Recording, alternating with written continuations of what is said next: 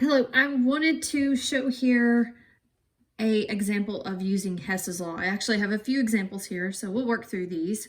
And this one that I've written out, in this particular question, it might be saying, so let's say you have 2 moles of nitrogen dioxide, and you go through this reaction and it converts to dinitrogen tetroxide. The question that might be asking here is, what is the delta H? What is the change in enthalpy in this reaction? And in the problem, you were given, in this example here, I was given a couple of steps to get to that. So I do happen to know that if that nitrogen gas and oxygen gas to form the nitrogen dioxide, that this is the change, and this is probably the heat of formation or the change in enthalpy. This is some standard heats of formation you can look up in a textbook. But anyway, this might be given to you that it's 67.8 kilojoules. And then this reaction leading to here is 9.67 kilojoules. So what I can do is, because these two steps could eventually lead me to here, I'm going to combine these steps. And Hess's law says that if well, actually it's based on the fact that it doesn't matter how I get to this. I can get to it through these steps. I can get to it through any number of ways, but it would still, enthalpy would still work out. So I can actually, Hess's law is going to say that I can add these together, but I can't add them together right now, because if I were to add these two reactions together, if you watch the combining reactions video, if I were added these together, then it wouldn't look like this. So what I'm trying to get is these two equations. I'm going to manipulate them a little bit to where it looks like this equation. Okay, so one thing I do know about this is, okay, I want my NO2 in the reactants and my N2O4 in the products. So here it's in the products, but this right here is in the products, and I want it in the reactants. So something I can do is actually just kind of rewrite this. I can say, well, what if we just flip this equation, and instead of it being the formation of the nitrogen dioxide, what if it's the decomposition of it? So I could, let me just rewrite this again. So 2NO2 now decomposes into N2 plus 2. Okay, and then hopefully that you have seen that when I do that, what happens to the enthalpy over here, because it's the reverse. In this case, it absorbs, because it's a positive sign. I know it's an endothermic reaction. It absorbs 67.8 kilojoules of enthalpy, but the reverse, the first law of thermodynamics, says that it will have the same amount, just the opposite. So now it's an exothermic reaction, and it's 67.8 kilojoules. Excuse me, negative 67.8 kilojoules. And then this one, I've got my N2O4 in the products that I want. So I'm going to actually keep this. Well, let me write it this way.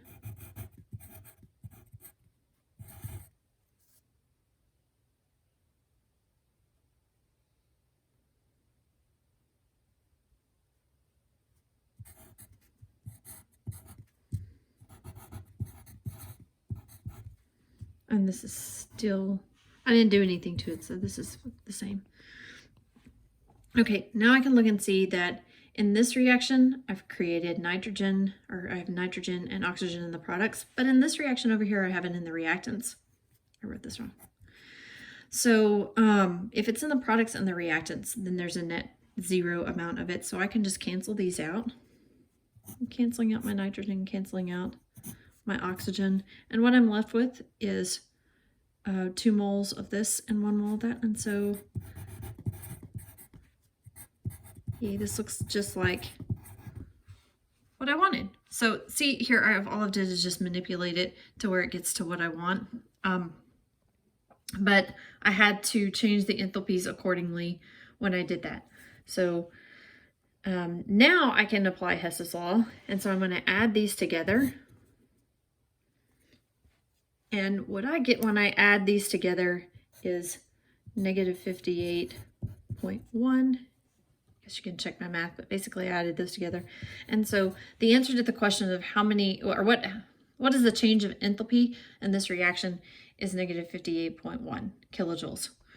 Okay, I've got another example, so I'll include that one as well.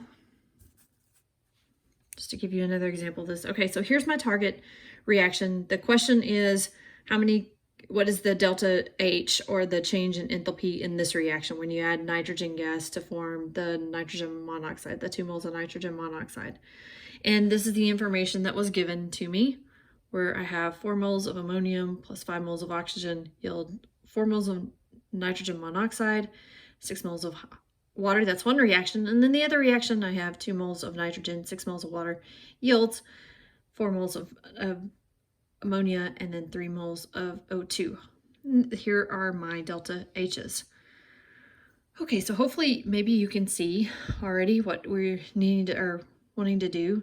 Notice that in this case, I'm not doing any swapping, because here I've got the NO2 in my products and the nitrogen and oxygen in my reactants. Like, I need them to be there. Focus. There we go. So the ammonia is in both the reactants and the products, so that cancels out.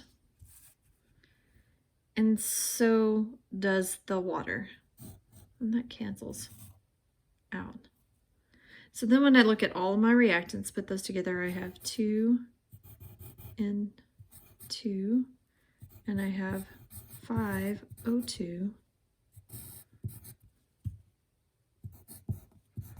4 NO, and 3 O2. Okay, so I've got nitrogen, oxygen, nitrogen oxide, and then oxygen. But just as I could cancel these out because it's on the products and the reactants, on the reactant side, I have 5 moles of oxygen. On the product side, I have 3 moles of oxygen. So if I start with 5 moles of oxygen and I make 3 moles out of it, that means that 3 moles of this was being used to that. So really, I'm going to have a net of 2. So I don't know if my eraser is working here. What I'm going to do is actually erase this and say that overall, in the overall, I really have 2 moles over here, and we can just forget about the oxygen over there, because it's on both the reactants and the products, so there's really, this is the net overall. Okay, and this one, unlike the other example, I didn't have to change signs here because I didn't do any swapping. But if you notice, compare what I have here to what I want it to look like. And notice that this actually is 2 moles here, 1 mole there, 2 moles here, 1 mole there, 4 moles here, and 2 moles there. So if I actually halved all of this, it would look the same as that. So I could simplify this and say nitrogen, and then make it look like more like this. But what did I do? I actually halved this, and if you remember, one of the properties of enthalpy is that it is an extensive property. So when I apply Hess's law, if I add negative 1,170 to negative 1,530, I get a negative. Oh no, I'm jumping ahead. So if I get a negative, I don't get negative. I get it 360. So I get 360 kilojoules, but remember I took half of that, so I need to take half of this, and the answer would be 180 kilojoules. Sorry, I hope that was clear. So the difference here is 360 kilojoules, but then I halved all of this, so I have to half my enthalpy as well. Okay, one more. Let me make this video really long, but here's one more example. Okay, in this case, this is the reaction I'm shooting for. I have actually 3 different steps to get me to that, And I want to try to manipulate these equations so that when I add them together, it looks more like that. So looking at this, let's see, the carbon sulfur compound, the carbon disulfide here, is in the reactants, and here it's in the products. So I know that maybe I might want to flip this one over. And another thing that I noticed, so my oxygens, reactants, my carbon dioxide's in the products, that's looking okay. The sulfur dioxide is in the products, and it's in the products here, so that's okay. But I also see that, notice that there are 2 sulfur dioxides made in this reaction that I'm shooting for, and there's only 1 mole of it here. So now I'm going to combine a couple of things. One thing I can do is I can switch this one to where it does the reverse, and then I'm also thinking I want to multiply all of this by 2 so that I can get the 2 moles there. I think this one is going to look okay for me, so I'll stick with that. I'm not going to do anything to change that. So I'm going to rewrite these. All I'm doing here is rewriting this. Didn't do anything to the enthalpy, so I'll leave that one as it is, negative 393. On this one, I mentioned that I wanted to multiply it by 2, so that's 2s. Oh, I forgot my 2. A 2 there. And then 2. But remember, because I multiplied all that by 2, which I can do, but enthalpy, I have to multiply that by 2 also. And so this is, I didn't write it down. Excuse me, I'm digging in my trash. How's your quarantine going? Oh, I'm just digging in the trash. There it is, 593.6. Okay, so that was multiplying by 2 there. Okay, and then this one, I said that I wanted to get that carbon disulfide and put it on the reactant side. So I'm just going to flip this one as I did another example. So here the carbon disulfide is decomposing into carbon, into sulfur. All that is the same. So the only thing I didn't multiply it by anything, but that looks like a 25. It's a 2s. I'm going to flip the sign on this. So instead of it being a positive 87.9, it's now a negative 87.9. Okay, so let's see if that works out like I want it to. Look to see what's on the reactant side, what's on the product side. If you have anything on both the reactant side and product side, you can cancel it out. So like carbon, there's a carbon there. I'm going to cancel that out. And there's a carbon here. I'll cancel that. There is 2 sulfurs here and then 2 sulfurs here. I will cancel out this and this. So that cancels out. So now what I have left in my reactants is I have some oxygens and a carbon sulfide, and then over here I have carbon dioxide and the 2 moles of the sulfur dioxide. Now if you look at what we need up here, so we've got this, and then 1 mole plus 2 moles is 3 moles, so yay, that's what we want there. And the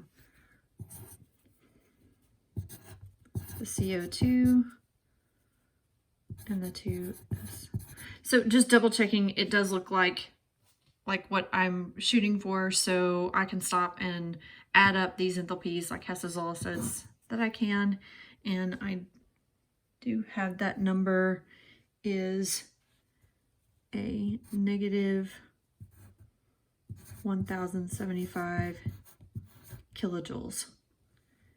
This is an exothermic reaction because it's got a negative enthalpy. Okay, so those are some problems. Let me know if you need any other help.